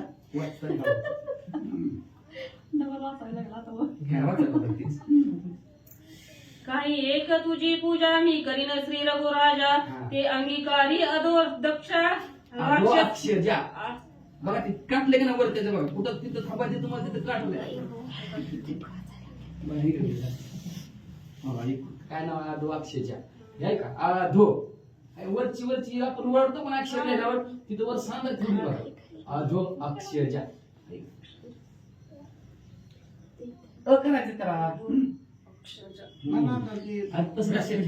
म्हणजे ग्रंथ होऊन जाईल. काय करा ह्यांना म्हणलं व्यासपीठ देऊ का म्हणजे ग्रंथ डोळ्यासमोर येईल. नाही त्यांना चष्मा तेवढी कशात लावली बॅटरी मोठी दिसते अजून कशी त्याला खून करून सांगितलं वाचा आपल्याला रात घालवायची. लक्ष ठेव. हा घालायचं ते म्हणले आज वेगळं वाचू का? म्हणलं वाच आपल्याला रात्र घालवायची. आता 10 वाजवायच्यात म्हणा रात्र घालायची उद्या यायची नाही ती माणसं ऐकायला 10 वाजता तर म्हणा काही एक तुझी पूजा मी करीन रघुराजा ते अंगीकारी अदक्षता बरं चला अदक्षजा घाबरू नका हा राक्षस वधार के. हा, मला सांगा. अगस्त्य ऋषींनी सांगितलं भगवंता बघा तुम्हाला तुमची सांगितलं. असणारी पूजा करतो. तुमची पूजा करतो म्हणजे काय, राक्षसाच्या वध करण्यासाठी काही शस्त्रास्त्र तुम्हाला देतो जे युद्धामध्ये उपयोगी पडतील, ज्याच्यामुळे राक्षसांचा वध होईल. अशी शस्त्रास्त्र देऊन तुमची मान सन्मानानं त्या पद्धतीने पूजा करील. महाराज बोलतात, तू आत्माराम प्रिय अतिथी आश्रमा आलीसी कृपामूर्ती तुझी पूजा जे न करीती ते अद्यपाती अभाग्य. आणि तुम्ही आमच्या आश्रमाला आलेत, पाहुणे म्हणून आलेत म्हणजे तुम्ही अतिथी आहेत. बाहेर ना आला भगवान परमात्मा जगाचा ब्रह्मांडाचा जरी नायक असेल तरी आज तुम्ही अतिथी म्हणून आलात. आणि तुमची पूजा करणं हे आमचं आद्य कर्तव्य आहे. पण तुम्ही घराला आलेली असताना जे तुमच्या पूजा करत नाही ते अभागी आहेत. महाराज बोलतात, विमुख होताची अतिथी ग्रहस्था कोटी पाप प्राप्ती अतिथी ते पुण्य संपत्ती उरे अधोगती यजमाना. आणि त्यावेळेस अगस्त्य महाराज सांगतायत, अतिथी घराला आलेला विमुख जाऊ द्यायचा नाही. कुणीही येऊ द्या घराला, माघारी पाठवायचं नाही. त्याला काही ना काही द्यायचं. माघारी पाठवले की काय होतं, आपण आतापर्यंत कमवलेलं पुण्य घेऊन जातं ती अतिथी, आणि त्याचं जे पाप आहे ते आपल्यावरती पडतं. त्यामुळे अतिथीला माघारी जाऊ द्यायचं नाही. अतिथी विमुख गेलिया जाणं, आपुले पुण्य घेऊन तयाचे पाप देऊन जात की तो निर्धारी जैमिनी आश्रमामध्ये सांगतायत. आणि तीच नाथ महाराज मी सांगतायत, अतिथी जर विमुख गेला तर आपलं सगळं पुण्य घेऊन जातो आणि त्याचं पाप आपल्याकडे ठेवतो. म्हणून अतिथीला कधी विमुख पाठवायचं नाहीये. महाराज बोलतात, या लागी श्री रघुराजा करावी अतिथीची पूजा तू केवळ आत्मा माझी निज पूजा अंगीकारी. आणि याच्यासाठी भगवान श्रीरामचंद्र तुमची पूजा करावी. तुम्ही अतिथी स्वरूपाने आलेली आहे आणि अतिथी असली तरी तुम्ही माझी आत्मा आहे.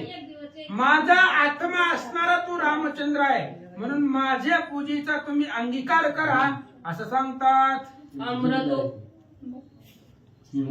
अमृतोपम फळमुळे पुष्पे आणोनी सुपरिमळे सुपरिमळे मधुपर्क विधान बळे श्रीराम सुख मिळे पूजिला.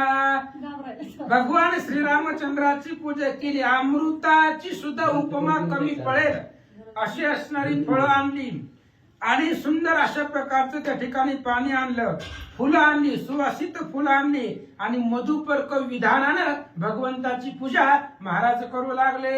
जय जयकाराच्या गजरी वेदोक्त महामंत्री श्रीराम पूजला ऋषीश्वरी चराचरी परमात्मा. आणि जय जयकाराच्या गजरामध्ये उल्हासानं आनंदानं वाद्य गजरामध्ये अगस्ती महाराजांनी वेदाच्या मंत्राचं वर्णन करून वेद मंत्राच्या उक्तीनं त्या अगस्ती महाराजांनी श्रीरामचंद्राची पूजा केली. चराचराला जो परमात्मा आहे त्या रामाची पूजा महाराज करतात. अगस्ती म्हणे श्री रघुराजा पुढती करी तुझी पूजा दिव्ययुधी अधोक्षला शत्रू समाज निवटावया. अगस्ती ऋषींनी सांगितलं, भगवंता ही झाली तुमची वरची पूजा, पण तुमची असणारी मुख्यार्थ पूजा म्हणजे आता इथून पुढे करील दिव्य अशा प्रकारची आयुध, दिव्य अशा प्रकारची शस्त्रास्त्र तुम्हाला मी अर्पण करील अशा पद्धतीने महाराज सांगतात. कुंडली कवरधारी विठ्ठल श्री ज्ञानदेव तुकाराम. यातून येते नाही वाचून नाही. श्री गणेशाय नमः, श्री सरस्वते नमः, श्री प्रभु रामचंद्राय नमः. दिव्य चापा अक्षय भाते आणि वार शर पूर्णते तेथे सुवर्ण सन हा खडगाते रणी शत्रुते निवटावया. अगस्ती महाराजांनी सांगितलं, दिव्य अशा प्रकारचे चाप बाण अक्षयी भाते, ज्या भात्यामधले बाण कधीच संपत नाही असं अक्षयी असणारे भाते, दिव्य अशा प्रकारचे बाण आणि वर असणारी धनुष्य बाण ते असणाऱ्या भात्यामध्ये असतील. सुवर्णासारखं खडग आहे आणि ते असणारं सुवर्णापेक्षा तेजस्वी खडग अशा पद्धतीचे आयुधे तुम्हाला देतो, ऐका. शस्त्रास्त्री अभेदपूर्ण सूर्य तेजे विराजमान ते घेई अंगत्राण दैदिप्यमान तेजस्वी. आणि अभेद्य अशा प्रकारचं त्या ठिकाणी कवच, ज्याचा भेद होणार नाही अशा प्रकारचं असणारं त्या ठिकाणी कवच आहे. सूर्याचं सुद्धा तेज फिकं पडेल अशा प्रकारचं असणारी विराजमान दैदिप्यमान अंगत्राण, अंगाला तुमच्या शरीराला संरक्षण व्हावं अशा प्रकारचं दैदिप्यमान तेजस्वी अंगत्राण देतो, ऐका. कवच लिहिल्यासी दे विश्रांती शत्रू संतापी निज तेजो दीप्ती ऐसे हे कवचाची गती रिपुदळनार्ती अंगीकारी. आणि मी दिलेलं अंगत्राण जे कवच आहे त्या कवचाची तेज अपरिमित आहे. आणि ते कवच तुम्ही जर परिधान केलं युद्ध समयला तर तुम्हाला अफाट विश्रांती सुख मिळेल. पुढच्याचा कुठलाही बाण कितीही दुर्धर बाण असेल तरी ते कवच भेदू शकणार नाहीये. असं कवच तुम्हाला मी अर्पण करतो. रणी मारावया अलंकरणात रथापेक्षा करील चित्त ते काळी इंद्राचा रथ मातीला त्वरित आणील. आणि ज्या वेळेस तुमचं आणि रावणाचं घनघोर युद्ध सुरुवात होईल आणि तुम्ही ज्या वेळेस असं वाटेल तुम्हाला की आपल्याला रथ पाहिजे, इथं आपल्याला रथाची गरज आहे असं जेव्हा तुम्हाला वाटेल त्यावेळेस मातली नावाचा इंद्राचा सारथी आहे आणि तो इंद्राचा दिव्य अशा प्रकारचा रथ घेऊन तुमच्यापाशी येईल. अगस्ती महाराज बोलतात, ऋषीच्या ऐकुनी वचन श्रीरामे सौमित्रे केले नमन ऋषीने दिले आलिंगन सुप्रसन्न ऋषी झाला. आणि श्रीरामचंद्राला असं सांगितल्याबरोबर अगस्ती ऋषींचं बोलणं ऐकलं. रामचंद्राने लोटांगण घातलं, नमस्कार केला. भगवान श्रीरामचंद्राने नमस्कार केल्यावर लक्ष्मणानेही चरणवंदना केली, सीतामातेनेही महाराजांना नमस्कार केला. संतोषोनी श्रीरामासी आणि निर्धारावया राक्षसांसी उल्हासोनी अगस्ती ऋषी दिव्यायोद्धासी अर्पिले. आणि रामचंद्राला संतोष व्हावा, आनंद व्हावा आणि राक्षसांचं निर्धारण व्हावं, ह्या पृथ्वी तलावरची राक्षस संपावी याच्यासाठी अगस्त्य ऋषींना आनंद वाटला आणि उल्हासून दिव्य अशा प्रकारचे आयुध शस्त्राची सामुग्री रामचंद्राला अर्पण केले.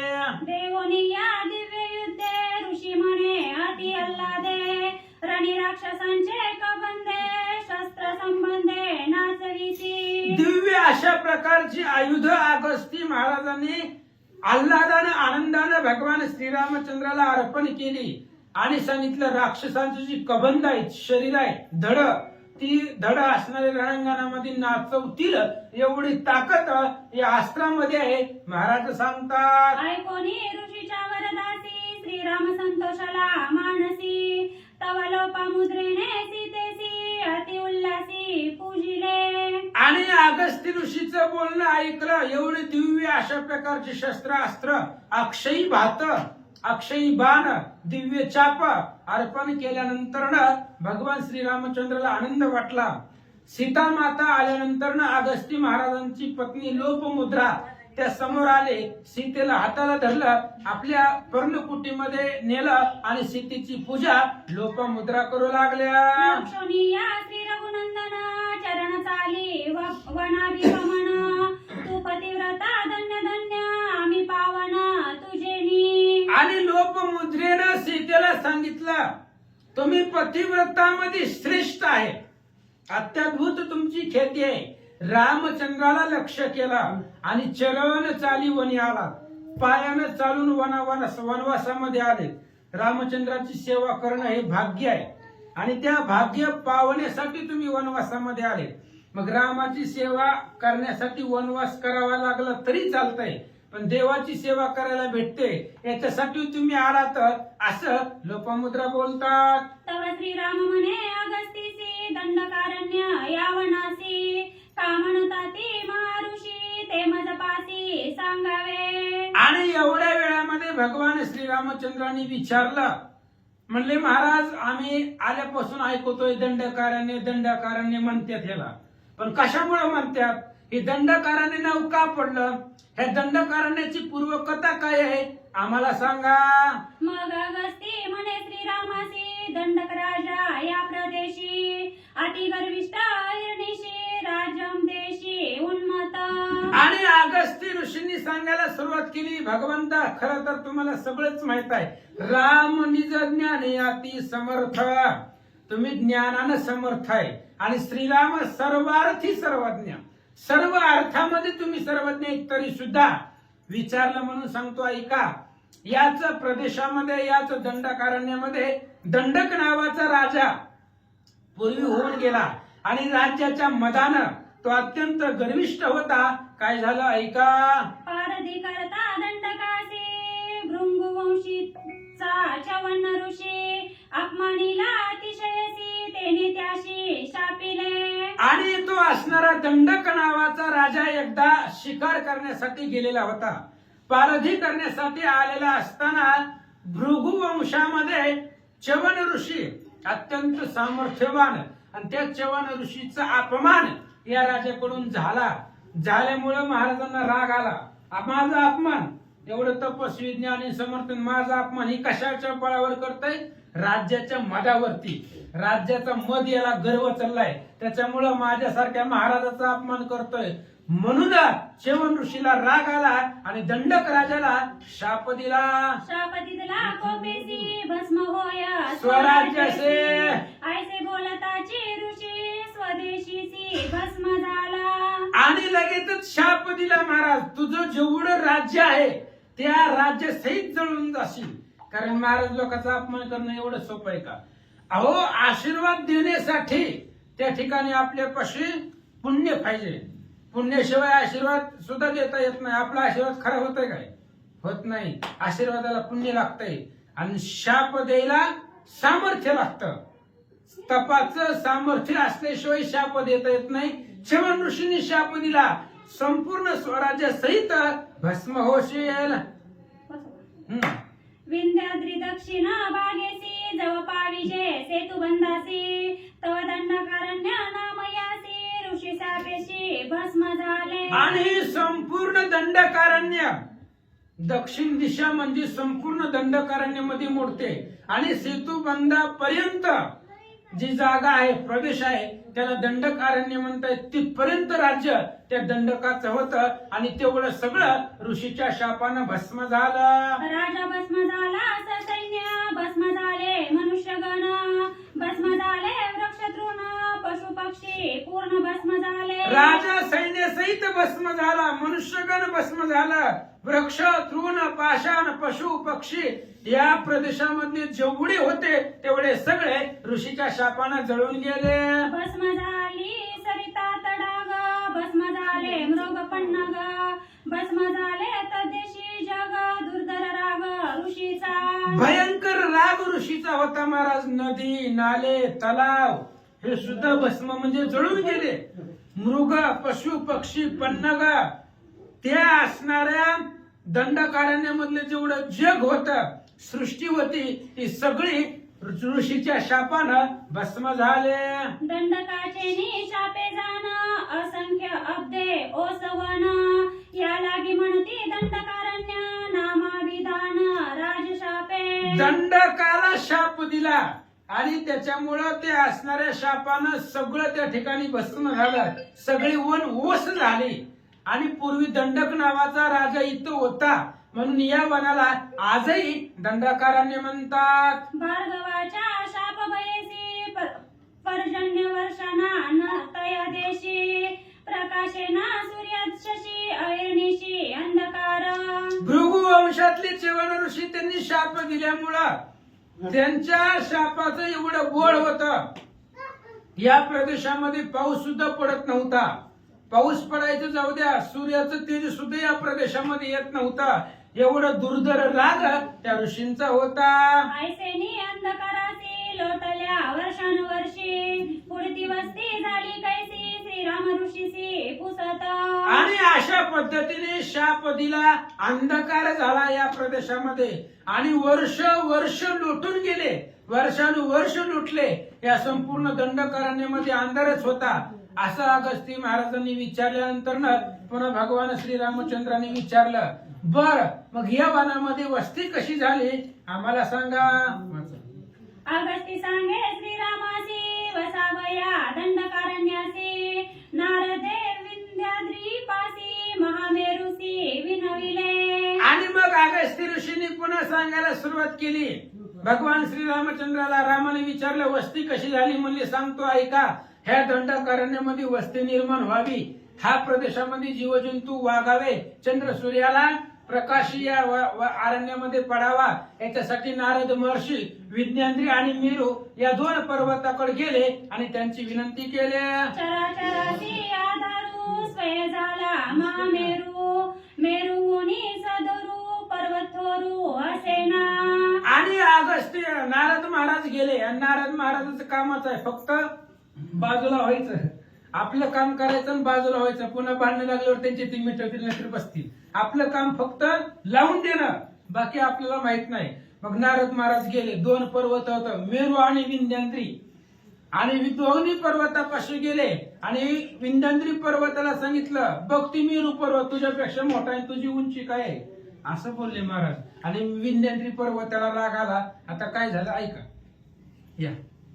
ऐकून या नारदोक्ती मेरूची या स्पर्धा स्थिती कुंडली शशी सूर्याची गती विंध्याद्री ऊर्ध्वपंथी वाढला. असो पांडुरंगा करू प्रथम नमन दुसरे त्यानं संतांच्या त्यांच्या कृपाशीर्वादाने कथेचा विस्तार बाबाजी सद्गुरुदास असतो का.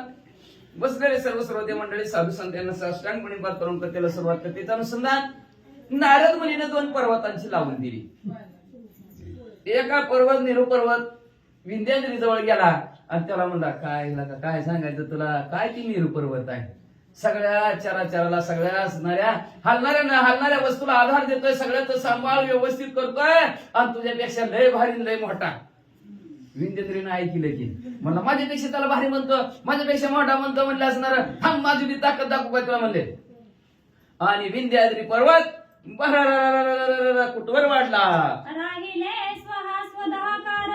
राहिले स्वधर्म कर्माचरण राहिले जप तप विचार रविचंद्र अनुगवती. एवढा वाढला विंध्याद्री पर्वत, एवढा वाढला सूर्यचंद्रच झाकून टाकले. म्हणजे कसं असं वाढला चंद्र सूर्य इकडे आलेच नाही, एवढा वाढला चंद्र सूर्य तिकडच नाही, अंधारात पडला. झोपा काय काम आहे मग, अंधार पडल्यावर काय काम आहे, काय काम नाही, झोपा म्हणले. मग अंधार पडल्याबरोबर सगळ्याच असणारा जे काय स्वधाकार ब्राह्मणांचं असतं, सूर्याला अर्घ्य द्यायचं, ते असणारा कार्यक्रम राहिला सर्वच असणार स्वधर्माचं आचरण करावं लागतं. आता काय काय सकाळ प्रातरी तिला उजाडल्याबरोबर जावं लागतं. काही जणांना असणारं काय आपल्या गाई दूध काढावं लागतं, गवळ्यांना दूध वाढावं लागतं. आपलं जे काय काम धंदा करायचा असतो ते विसरून गेला. रात अंधारच आहे, प्रत्येकाला वाटायला लागलं दिवस उजाडला नाही, झोपा वडा झोपा असं सगळ्यांना वाटू लागलं. मग असणारं जप बी राहिलं आणि तप बी राहिलं. सगळेच्या सगळे असणारे चंद्र सूर्य उगवले नाही, त्याच्यामुळे सगळ्याला वाटलं अंधारच आहे. लोकले सुधा कारण मरो टेकले देव पितर भुके तळमळती ऋषीश्वर संदेवीन आहार सेवणे. स्वधाकार संपला गेला का तर ब्राह्मणांनी सूर्याला अर्घ्य दिल्याशिवाय सूर्याला गती नाही आणि देवदेवताला जीवनही मिळत नाही. म्हणून ब्राह्मण मंडळी झोपीनं उठलीच नाही, ती सूर्याला अर्घ्य दिलंच नाही. सूर्य दिसला नाही त्यांना वाटलं अजून उगवाला नाही, झोपा म्हणून झोपले, अर्घ्य दिलं नाही. देव पितर उपाशी राहिले. त्याच्यानंतर संध्या झाल्याशिवाय दोन्ही वेळेचा वियोग असतो, त्याला संध्या म्हणतात बरं का. रात्र बी झालेली नसते आणि दिवस बी नसतो, त्याला संध्या म्हणतात. आपल्या त्याला संध्याकाळ म्हणतात. मग 2 असणाऱ्या वेळेचा संगम जिथं असतो त्याला संध्या म्हणतात. आणि संध्याच्या वेळेस काही काही माणसं जेवण करते बरं का, 7ला जेवते ती, परत जेवत नाही ते अंधार पडल्यावर बी. काही धर्मात चालतं तसं, काही धर्मात असणारे लवकर जेवतात, काही धर्मात आपल्या तर धर्मात कधी काय असली कधी जेवते ती परिस्थिती बिकट आहे, कधी जेवावं त्याला सुद्धा शास्त्र आहे. त्या संध्याच्या वेळेस असणार भगवंताचं नामस्मरण जप पूजन करायचं आणि आहार, पण संध्याच नाही तर जेवण ही सगळ्याचं राहिलं म्हणजे वाचा. गोदने राणा नवजती वत्से हंबरडा हाणीती आकांत मांडला त्रिजगती विंध्याद्री गवस्ती उगून भुकेने सर्व तळमळ करू लागली. गायी वासरं ही तळमळ करू लागली. गायीला बी वाट, गायीला सोडायला कोण जाणार, अंधार आहे, उगवल्यावर बघू दिवस. प्रत्येकाला वाटतं ना दिवस उगवलं काम किती भयान हाका मारू द्या, उठ की लवकर, उठ की लवकर. ती उगत आज बघ ना, दिवस उगवला नाही आज, बघू तरी आता पाठ तरी होती की.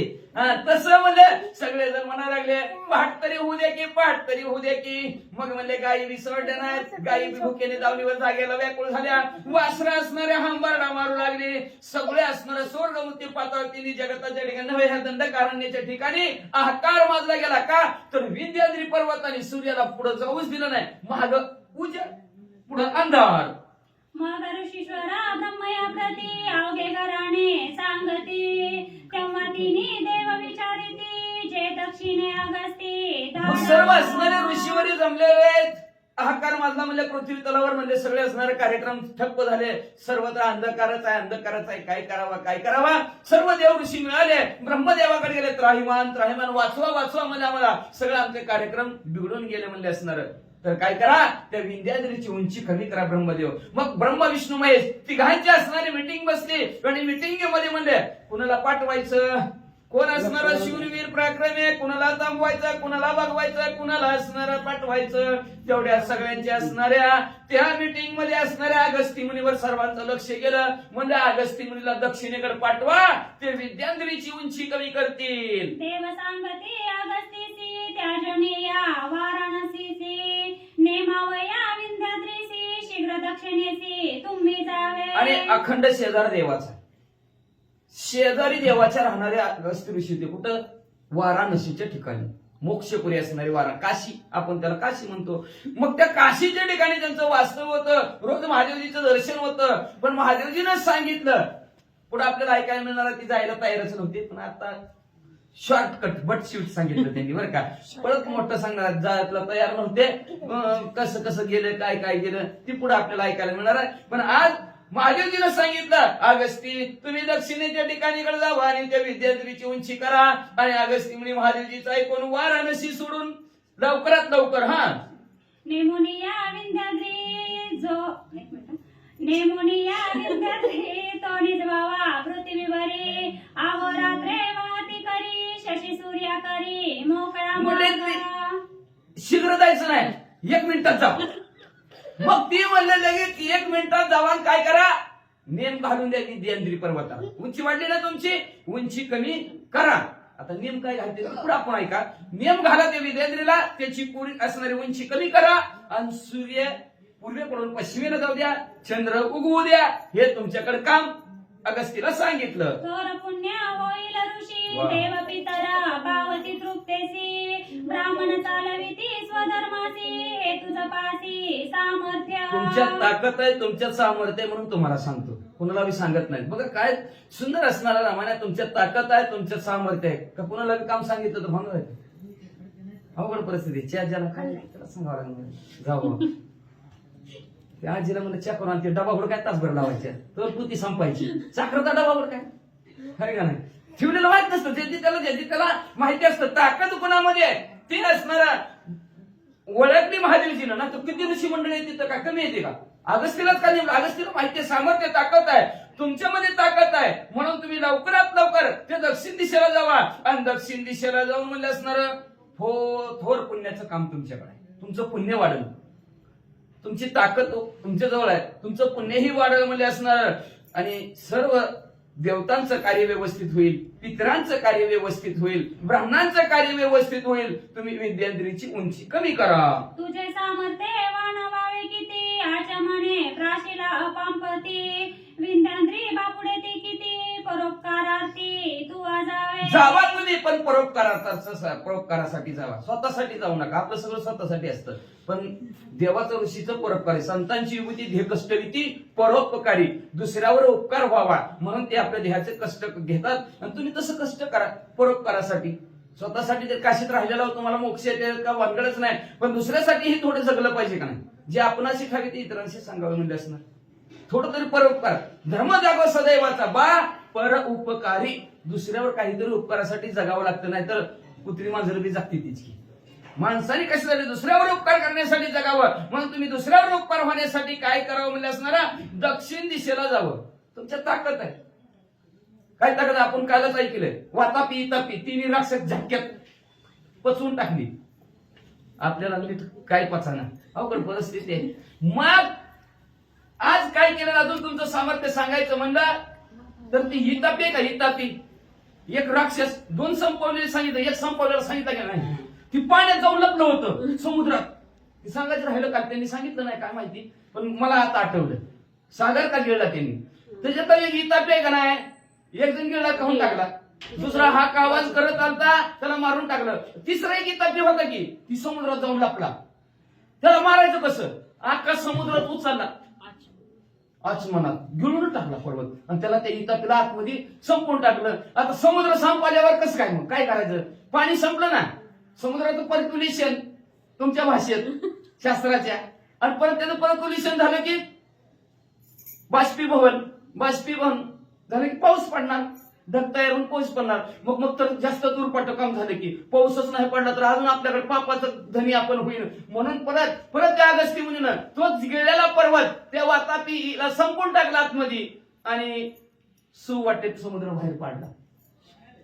अजून समुद्र खराट आहे त्याच्यामुळे बरं का, त्या अगस्तीमुळे. म्हणून अशा प्रकारचं सामर्थ्य तुमच्यात आहे. आचमनामध्ये समुद्र गिळून टाकण्याची ताकद आहे. म्हणून पर्वत तर काय तुमच्यापाशी काम असणार शिल्लक आहे. पर्वताला जागा सोडायची नाही सांगितलं, सोडली नाही पण जागेवर वाढलाय. सागराने मर्यादा सोडली नाही, फक्त लाट उंच करायची सुनामी सारखी. आणि संपवायचं म्हणलं की देवाच्या हातातच आहे. आणि तशा प्रकारच्या पर्वत तुमच्याकडे सामर्थ्य आहे, ताकद आहे. म्हणून तुम्ही लवकरात लवकर पर्वताची उंची कमी करा जाऊन. पुढती न करे उत्थान तैसा विंध्याद्री नेमुना वा. संस्थापवया देव ब्राह्मण दक्षिणे गमन तू आकीजे. पुढं त्या असणाऱ्या पर्वताने विद्यार्थी पर्वताने डोकंच वर काढलं नाही पाहिजे, परत मन वाढला नाही पाहिजे. अशा प्रकारचा त्याला नेम घालून दे. मग तुम्ही नेम घालून गेला, पर्वताची उंची झाली की सर्वच्या सर्व असणारा इतर सुखी होतील, देव सुखी होतील, ब्राह्मण सुखी होतील. म्हणून तुम्ही दक्षिण दिशेला तुम्ही असणारा जावा असं अगस्त्य ऋषीला स्वतः महादेवजी सांगतात. ऐकोनी देवांचे वचन म्या जाणुनी नारदाचे मन बसवावया दंडकारण्य माझे आगमन दक्षिणेसी. ही कथा प्रभू रामचंद्राला अगस्त्य ऋषी सांगतात कसं काय निर्माण झालं दंडकारण्य. मग मी असणारा अगस्त्य सांगू लागला, देवतांचं असणारं महादेवजीची आज्ञा शिरसावंद मांडली गेली. आणि जी का मग अशी भांडण लावल्यात नारद मुनीनं, ती भांडण मिटवण्यासाठी, जगताचं सर्व कार्य परिपूर्ण व्हायसाठी, जगावर काहीतरी उपकार, मनुष्य जन्माला आल्यानंतर काहीतरी उपकार करावा म्हणून म्हणले मी लगेच असणाऱ्या दंडकारण्याच्या ठिकाणी आलो. अगस्त्य ऋषी सांगू लागले, ऐके बापा श्री रघुपती माझे आगमन या रीती आलो कोण्या स्थिती तेही तुझ प्रती सांगे. ऐक बाप्पा श्री रघुपती. बाप्पा म्हणजे बाप्पानं, बाप्पा म्हणजे श्रेष्ठ असणाऱ्या प्रभू रामचंद्र, मी ह्या असणाऱ्या दंडकारण्याच्या ठिकाणी आलो. कसं आलो, का आलो तर का आलो सांगितलं. कसं आलो, कशा प्रकारचा मुक्काम असणाऱ्या करीत आलो ते तुम्हाला सांगतो, लक्ष देऊन ऐका. मी प्रजन दकेशी मेघ आलो घेऊनी अमोघ सुर कार्य साधवया चांग आलो सुवेग विंध्याद्री. कोणत्या स्थितीत आलं? देवाचं कार्य करायचंय. रिकामी हातून येऊन जमतंय का? जमतच नाही. काहीतरी आणावं लागतंय. आजच आले पण वाटेत काहीतरी घेऊन आले.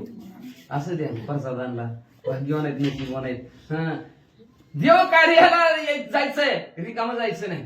अगस्त्य मुनीनं पिशवी भरून काय आणलं? ढग पाऊस बरोबर घेतला अगस्त्य मुनीनं. अमोघ असणारे पावसाचे भरलेले ढग घेऊन मी म्हणले लगेचच महादेवजीची आज्ञा शिरसावंद मानून देवांचं कार्य करण्यासाठी, सर्वांना सुख आनंद देण्यासाठी ढग घेऊन दक्षिण दिशेला आलो. ऐके राजा चुडामणी मजा येता तेने देखोनी विंध्याद्री आला लोटांगणी येतोक्ती पूजनी पुसत होया. लगेच असणारे विंध्याद्री पर्वताजवळ आलो. आल्याबरोबर त्या विंध्याद्री पर्वताची पूजा केली आणि पूजा करून त्या विंध्याद्री पर्वताला आता पूजा केली, खूप समाधान वाटलं. आनंद वाटला आणि आनंद वाटून मी म्हणले आता पूजे केल्यानंतर स्तुती करावी लागते का नाही.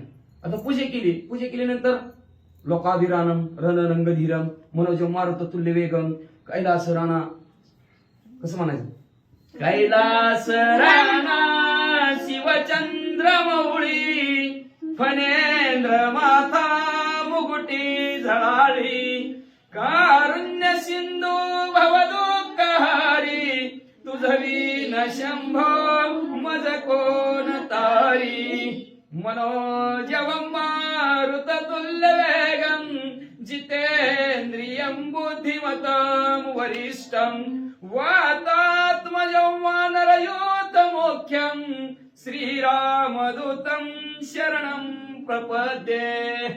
त्या हनुमंतराचा मंत्र झाला, महादेवजीची स्तुती झाली. पण पर्वताची काय स्तुती आपल्याला माझून तर माहिती नाही बरं का. असं काही ना काहीतरी असतं प्रत्येकाचं आहे. मग अशी स्तुती पर्वताची केली. पर्वताचं पूजन असणाऱ्या अगस्ती मुनीनं केलं आणि काय म्हणू लागले, कोण पावार्ता उत्तरेसी तू मज सांगा जी महाऋषी तू येथोनी केऊता जासी तेही मज पासी सांगावे. आता प्रसन्न झालं की एवढी स्तुती केली की देव प्रसन्न होत असतात आपल्यात. आता एखाद्या माणसाची स्तुती केली तर माणूस वा वा काय माणूस आहे, लगेच स्तुती केली की बरं वाटतं माणसाला. तशी पर्वताची स्तुती केली की पर्वताला बरं वाटलं. पर्वत बोलायला लागला. मग अगस्त्य ऋषीला म्हणू लागला, कस काय महाराज बरं आहे का. हो म्हणला बरं आहे. उत्तरेला चालला म्हणून. हो हो हो उत्तरेला चाललोय म्हणले.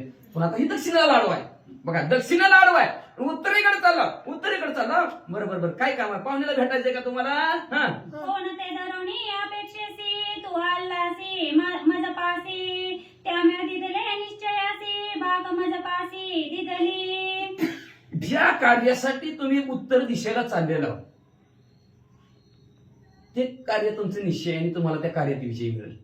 ते कार्य तुमच्यासाठी होईल म्हणलं असणार. एवढाच नाही म्हणलं असणार, तुम्ही ज्या कार्यासाठी आलेला उत्तर दिशेला जायला मी तुम्हाला ते देऊन टाकलं. काम केलं तुमचं, सही केली म्हणायचं त्यांनी. सही केली, तुमचं काम बिंदास झालं. बिंदास राहावा.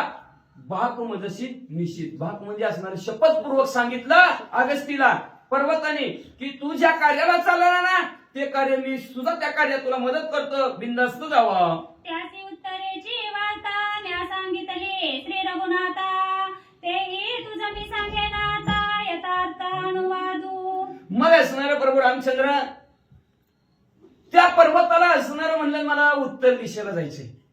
पर्वत म्हणलं असणारा बरं जायचंय उत्तर दिशेला तुम्हाला.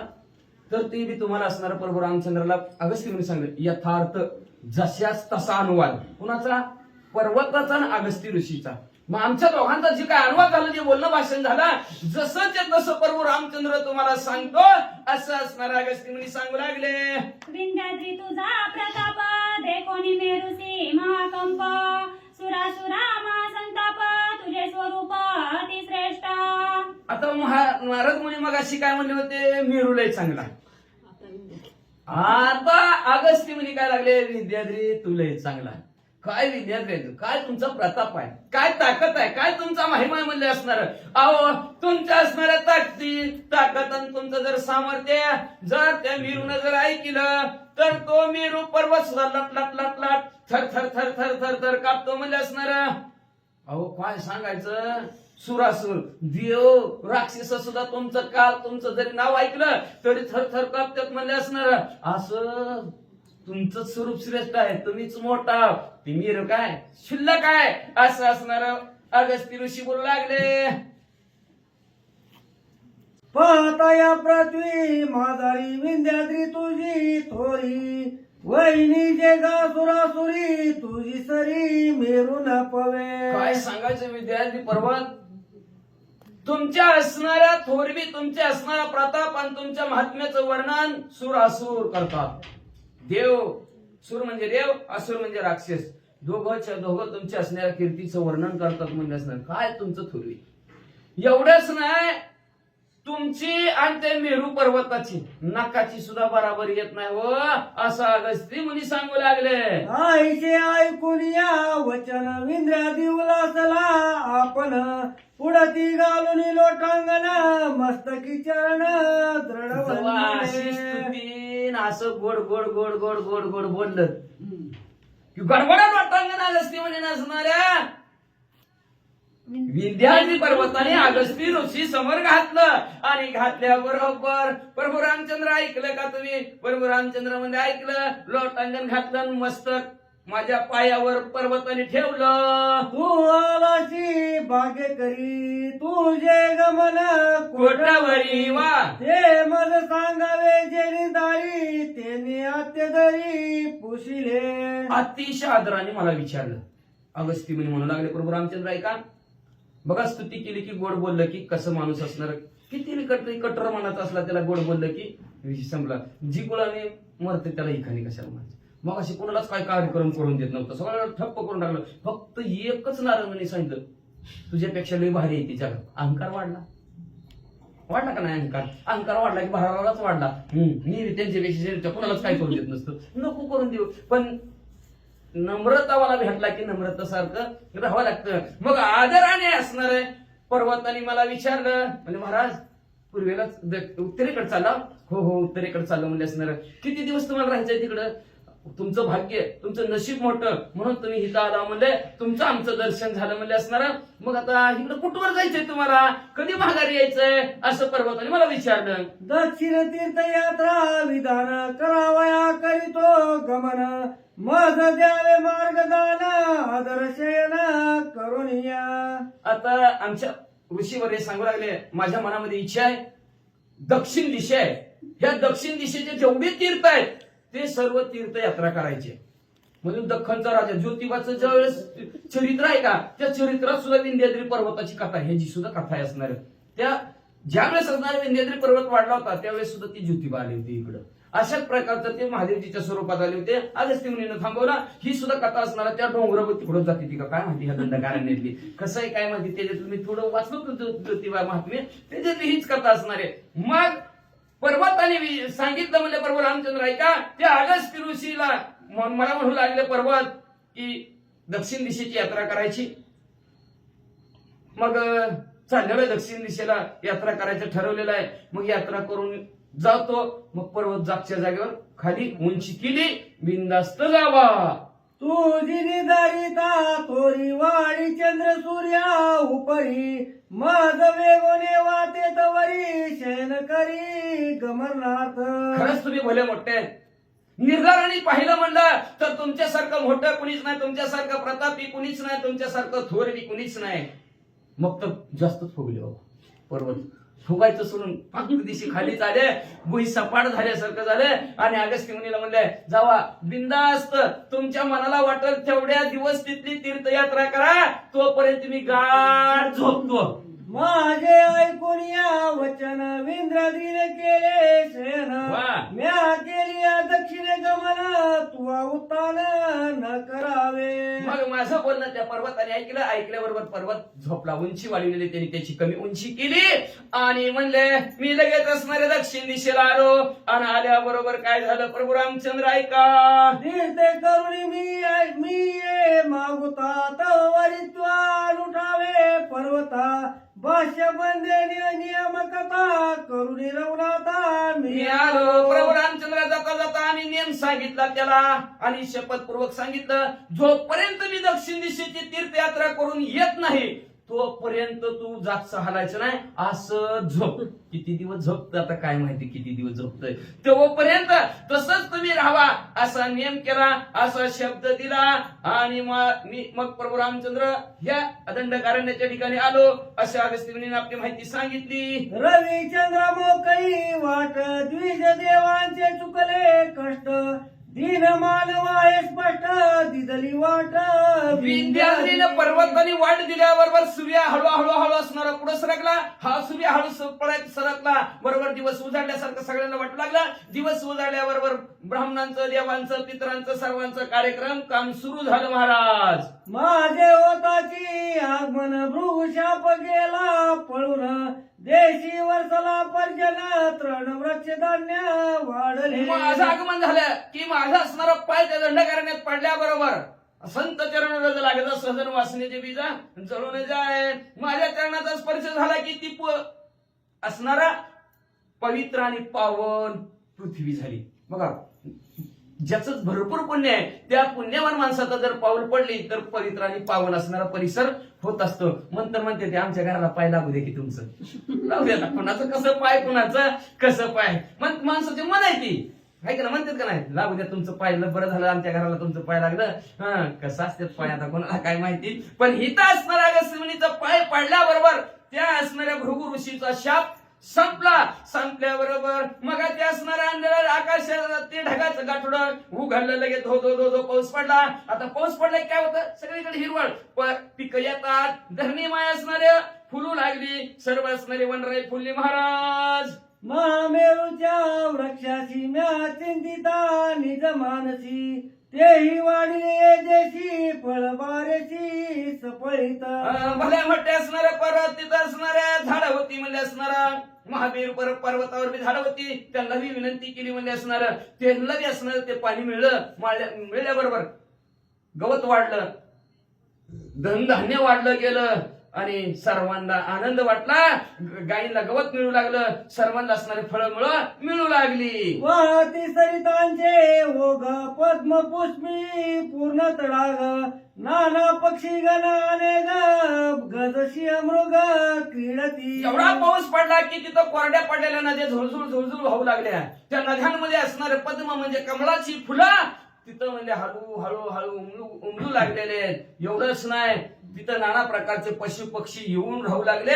पाणी दिसलं म्हणून हत्ती वाघ सिंह म्हणजे तिथं पाणी पिण्यासाठी येऊ लागले. माझ सवय येऊन या ऋषी झाले दंडकारण्य वासी, कोणी राजे नाही या देशी म्हणून राक्षसी व्यापिले. माझ्या मी एकटालो तर आणि आनंदाने मी राहायला लागल्याबरोबर सर्व ऋषी मंडळीला बाकीच्यांनाही कळलं. सर्व ऋषी मंडळी एकाची वस्ती वाढली की बाकी सगळे वस्ती करायला येतात.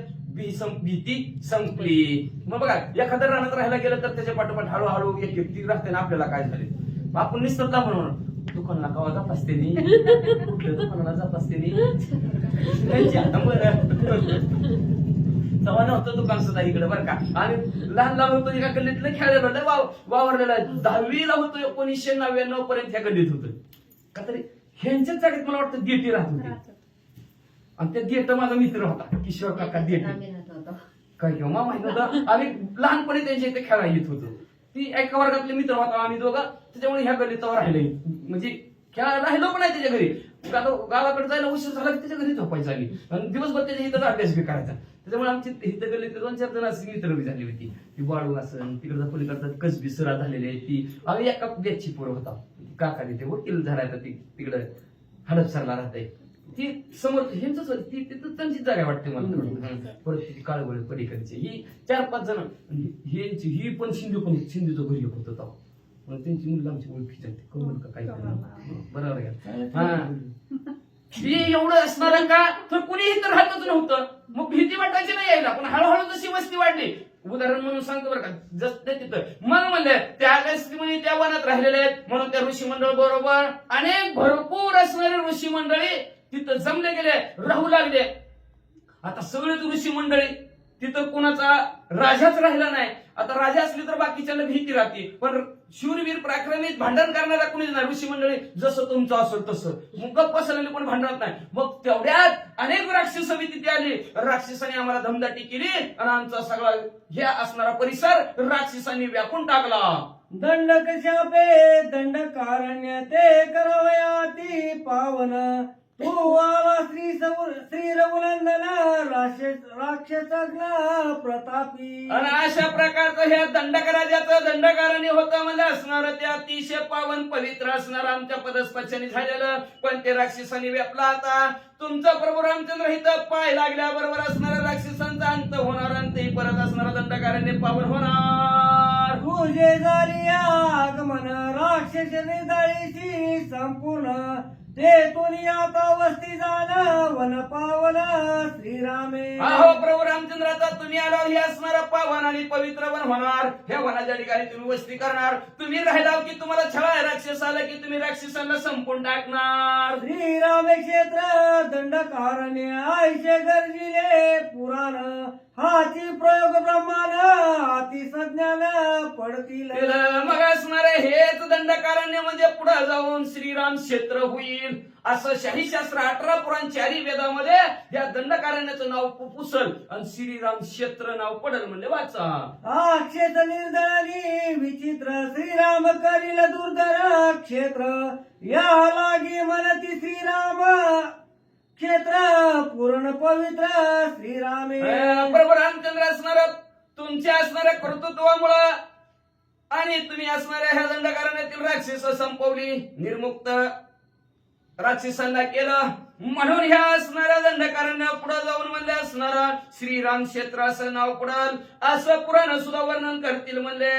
आईशी ऐकताची कथा परमाश्चर्य श्री नवनाथा ऋषी चरणी ठेविला माता होय पूजता वनस्पती. वनस्पतीचं का बरोबर असं म्हणले असणारा. अशा प्रकारे प्रभू रामचंद्राने अगस्त्य मुनीचं बोलणं ऐकलं, बोलणं ऐकून म्हणले प्रभू रामचंद्र असणारे ऋषीनं आपल्या आश्रमाच्या ठिकाणी राहत केलं, ठेवलं आणि ठेवून असणार काय त्या अगस्त्य ऋषीला प्रभू रामचंद्र विचारू लागले ऐका. दंडकारण्यवनी वसता सौमित्रा सहित सीता म्या बसावे कोटे आता ते तत्वता मज सांगे. सांगा बरं प्रभू रामचंद्र. अगस्त्य मुनी मी आहे, लक्ष्मण जे आहेत, सीता माऊली आहेत, आम्ही 3 जण राहणार आहोत. 3 मिळून एका ठिकाणी असं कुठल्या ठिकाणी राहू व्यवस्थित आम्हाला ठिकाणाचं नाव ठेवा सांगा. आम्ही 3 तिथं सुखरूप राहसाल. तुझे वचन ब्रह्मा लिखित ते म्या करणे अनिश्चित आईशे पुसता श्री नवनाथ कृपायुक्त कृषी बोले. म्हणले असणारे प्रभू रामचंद्र विचार बोलू लागले. हा ऋषी असं गेलं का माझ्या ध्यानात.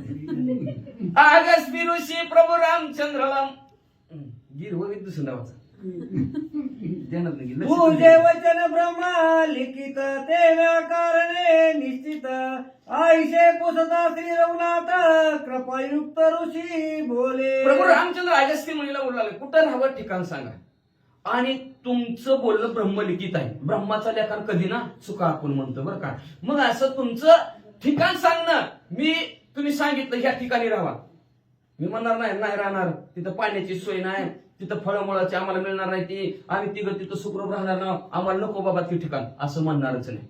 किती का भाडा असना, कशी का व्यवस्था असना, राहायला झालं 4 पात्र्याचं भाग झालं म्हणजे असणार. असं आम्ही तुमचं जे काय असणार सांगणं आहे ते ब्रह्मलिखित आहे, त्याच्यात काळी मोड सुद्धा असणार, आम्ही मोड तोड करणार नाही असं प्रभू रामचंद्र बोलल्याबरोबर कृपा उपजली अंतःकरणाच्या ठिकाणी ऋषीच्या. आणि ऋषी प्रभू रामचंद्राला आता कुठलं ठिकाण सांगतात ऐका. गंगातीचे निकट अति पावन पंचवटी ते बांधुनी पर्णकुटी सुख संतुष्टी बसावे. ऐका प्रभू रामचंद्र. गंगा नदी आता दक्षिण दिशेची गंगा म्हणजे तिला गोदावरी आत्ताच नाव आहे. गोदावरी नदीच्या तटावर पंचवटी नावचं असणारं ठिकाण आहे. म्हणजे कुठं पोहोचले आता नाशिकच्या जवळ पंचवटी आहे. आणि त्या पंचवटीच्या ठिकाणी म्हणजे 5 वडांचा समूह आहे, त्याला पंचवटी म्हणतात बरं का. 5 वड म्हणजे ती एकच वड नाही. आम्ही बघितलं गेलो नाशिकला पण त्र्यंबकेश्वराचं दर्शन घेऊन पुढे गेलो. भाग्याची कोटी भाग्याने तिथं जात असतो. मग अशी जागा म्हणून ना तुम्ही तुमच्या भाग्याने आमच्याकडे आलेलो. भाग्य लागतं. जवळ गेलो परळीला गेलो 10-20 किलोमीटर आहे म्हणजे ती वैद्यला तरी जाणं झालं नाही. भाग्य लागतं, नशीब लागतं. तसं लागतं. भाग्य असल्याशिवाय पूर्वजन्मी ज्याची असेल पुण्य मागच्या जन्मीची पुण्य असल्याशिवाय देवाच्या मंदिरात सुद्धा हर कोई चाहता इस पंडाल में आने के लिए, लेकिन भगवान जिसे बुलाता है वही आता है जाता है. तसं असतं काम असतं. भगवान आले देवाजीच्या मनात तिथे कोणाचे काय चाले ना. मग असणाऱ्या प्रभू रामचंद्राला सांगितलं पंचवटीच्या ठिकाणी. आणि ह्या पंचवटीच्या ठिकाणी तुम्हाला कुठल्याही प्रकारचं कमतरता होणार नाही, तुम्ही पंचवटीच्या ठिकाणी राहावं असं ठिकाण अगस्त्य ऋषीने प्रभू रामचंद्राला सांगितलं. पंचवटी गंगा तटी ऐकता उल्हास सीतेच्या पोटी श्रीरामाशी सुख संतुष्टी पंचवटी ऐकोनी. पंचवटी नाव ऐकल्याबरोबर सीता माऊलीलाही आनंद झाला, प्रभू रामचंद्रालाही आनंद झाला पंचवटी ऐकून. आता ह्या पंचवटीत काय आहे काय माहिती. या नवरा बायकोला आनंद झाला. कसं काय झाला का झाला वाचा. पंचवटी करिता वस्त्री त्रैलोक्य पावना निज कीर्ती तू पावसी कारगुपती जान निश्चिती मध्वाक्ये. अगस्त्य ऋषीनं सांगितलं. उल्हास वाटला त्या दोघांना, बी आनंद वाटला. अगस्त्य ऋषी म्हणू लागले, तुम्ही जर ह्या पंचवटीच्या ठिकाणी जर वस्ती केली राहिला तर स्वर्गमूर्ती पाताळात तुमची कीर्ती ह्या ठिकाणातून पसरेल. सुरुवात होईल तुमच्या कीर्ती पसरायला. म्हणून तुम्ही म्हणजे या ठिकाणीच राहावा. आणि त्यांना बरं वाटलं की ह्या ठिकाणी राहिलं की आपलं संसारात भरभराट होणार आहे. वाटतं का ना माणसाला? जागा चांगली आहे बाबा, राहू, व्यवस्थित चालेल आपलं. मग म्हणून त्या दोघांनाही आनंद झाला. आणि त्या आनंदाचं निराकरण पुढच्या ववीत अगस्त्य मुनीनं सांगितलं. म्हणजे वाचा, ऐकोनी अगस्तीची गोष्टी श्रीरामे बांधिली शकुन गाठी. लक्षणीय पंचवटी उठाउठी निघाले. शकुन गाठ बांधली गेली अंतःकरणाच्या ठिकाणी. बरोबर रामचंद्राने अगस्त्य मुनीशी म्हणलेले काय की ह्या ठिकाणी तुम्ही राहिला की तुमची कीर्तीचा झेंडा फडकेल. हे प्रभू रामचंद्राने लक्षात ठेवलं. आणि लगेच प्रभू रामचंद्र लगेच पंचवटीकडे हळूहळू निघालेले.